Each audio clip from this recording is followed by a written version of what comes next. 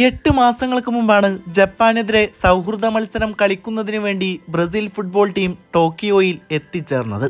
അന്ന് Japan നായകനായിരുന്ന തക്കൂമി Minamino തൻ്റെ സഹതാരങ്ങളോട് ആഹ്വാനം ചെയ്തു. ഇതൊരു ഫ്രണ്ട്ലി മത്സരമല്ല, മറിച്ച് ചരിത്രം സൃഷ്ടിക്കാനുള്ള നമ്മുടെ അവസരമാണ്. എന്നാൽ ജപ്പാൻ ചരിത്രം എഴുതുക തന്നെ ചെയ്തു. കളിയുടെ ഒരു ഘട്ടത്തിൽ ബ്രസീൽ 2 ഗോളുകൾക്ക് മുന്നിലായിരുന്നു. പക്ഷേ അതിനു പിന്നാലെ 3 തവണ എതിരാളികളുടെ പോസ്റ്റിലേക്ക് നിറയൊഴിച്ച ജപ്പാൻ അത്ഭുത വിജയം നേടി.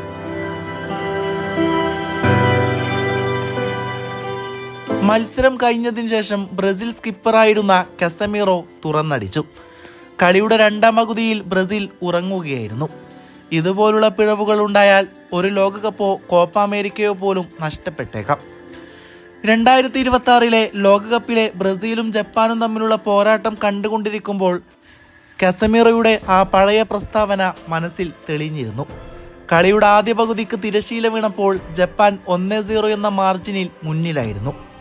ഡാനിലോ കൈവിട്ട് കളഞ്ഞൊരു പന്താണ് ജപ്പാന്റെ ഗോളായി പരിണമിച്ചത്.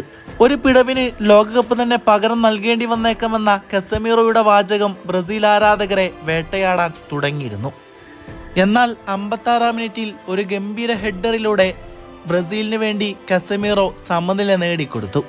അപ്പോഴും ഒരു ചോദ്യം ബാക്കിയായിരുന്നു: ആരാണ് ബ്രസീലിന് വേണ്ടി വിജയ ഗോൾ കൊണ്ടുവരിക എന്നത്. മിനിറ്റുകൾ കടന്നുപോയി. ഫൈനൽ വിസിൽ മുഴങ്ങാനുള്ള സമയമായി. അപ്പോൾ കാവൽ മാലാഖയെപ്പോലെ അവൻ അവതരിച്ചു. അതെ, ഗബ്രിയേൽ മാർട്ടിനെല്ലി. 2-1 എന്ന നിലയിൽ ബ്രസീൽ വിജയിച്ചു കയറി. കഴിഞ്ഞ വർഷത്തെ സൗഹൃദ മത്സരത്തിൽ ബ്രസീൽ ജപ്പാനോട് പരാജയപ്പെട്ടപ്പോഴും മാർട്ടിനെല്ലി തിളങ്ങി നിന്നിരുന്നു. അന്നത്തെ മഞ്ഞപ്പടയുടെ 2ാമത്തെ ഗോൾ നേടിയത് മാർട്ടിനെല്ലിയായിരുന്നു. പക്ഷേ കളിയുടെ 57ാം മിനിറ്റിൽ അയാൾ സബ്സ്റ്റിറ്റ്യൂട്ട് ചെയ്യപ്പെട്ടിരുന്നു. ജപ്പാൻ ബ്രസീലിനെ തോൽപ്പിക്കുന്നത് കണ്ട് ഒന്നും ചെയ്യാനാവാതെ മാർട്ടിനെല്ലി നിസ്സഹനായി പുറത്തുനിന്നു. ഇത് മാർട്ടിനെല്ലിയുടെ പ്രതികാരമാണ്. ഫ്രണ്ട്ലി മാച്ചിലെ അടിക്ക് ലോകകപ്പിൽ തിരിച്ചടിയാണ് അവർ നൽകുന്നത്. ജപ്പാനിലെ സമുറായിമാരുടെ കഥകൾ വിശ്വപ്രസിദ്ധമാണ്. പടച്ചട്ടയും ഹെൽമെറ്റും ധരിച്ച് പോരിനിറങ്ങിയിരുന്ന യോദ്ധാക്കളായിരുന്നു സാമുറായികൾ. അവർ ഇരുകരങ്ങൾ കൊണ്ടും വാൾപ്പായിട്ട് നടത്തുമായിരുന്നു. ജപ്പാൻ ഫുട്ബോൾ ടീം എന്നറിയപ്പെടുന്നത് ബ്ലൂ സമുറായിസ് എന്നാണ്. എതിരാളികളെ അരിഞ്ഞു തള്ളുന്ന ഗെയിമാണ് ജപ്പാൻ കാഴ്ചവെക്കുന്നത്. യോഗ്യതാ റൗണ്ടിലെ 16 മത്സരങ്ങളിൽ നിന്ന് 54 ഗോളുകളാണ് അവർ വാരിക്കൂട്ടിയത്. അപരാജിതർ എന്ന ഖ്യാതിയോടെയാണ് അവർ ബ്രസീലിനെ നേരിടാനെത്തിയത്. സാമുറായികൾ കാനറി പക്ഷികളുടെ ചിറകരിയുമെന്ന് ജപ്പാൻ ജനത പ്രതീക്ഷിച്ചതാണ്. എന്നാൽ അവരുടെ വാളിപ്പോൾ ട്രിനിറ്റി നദിയിലേക്ക് വലിച്ചെറിയപ്പെട്ടിരിക്കുന്നു. കസമീറോയും മാർട്ടിനെല്ലിയും ചേർന്ന് ആ വാൾ ചവിട്ടിയൊടിച്ചിരിക്കുന്നു. ജപ്പാൻ ഫുട്ബോളിനെ വളർത്തി വലുതാക്കുന്നതിൽ ബ്രസീൽ ഇതിഹാസമായ സീക്കോ നിർണായക പങ്ക് വഹിച്ചിരുന്നു. അദ്ദേഹം അവിടെ ദീർഘകാല പരിശീലന ജോലി ചെയ്തിരുന്നു. ജപ്പാൻ പത്രങ്ങൾ സീക്കോയെ കമിസമ എന്നാണ് വിളിച്ചത്. അതിൻ്റെ അർത്ഥം ദൈവമെന്നാണ്. നാളെ ജപ്പാൻ പ്രസ് മാർട്ടിനെല്ലിക്കും ഒരു വിശേഷണം നൽകിയേക്കാം.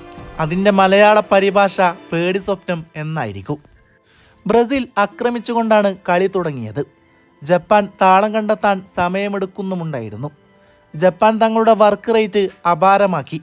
ബോൾ റിക്കവറി, പ്രസ്സിംഗ് കഴിഞ്ഞ 3 കളികളിലും ബ്രസീലിന് നേരിടേണ്ടി വരാതിരുന്ന ഒരേ ലെവലിലുള്ള കളിയായിരുന്നു.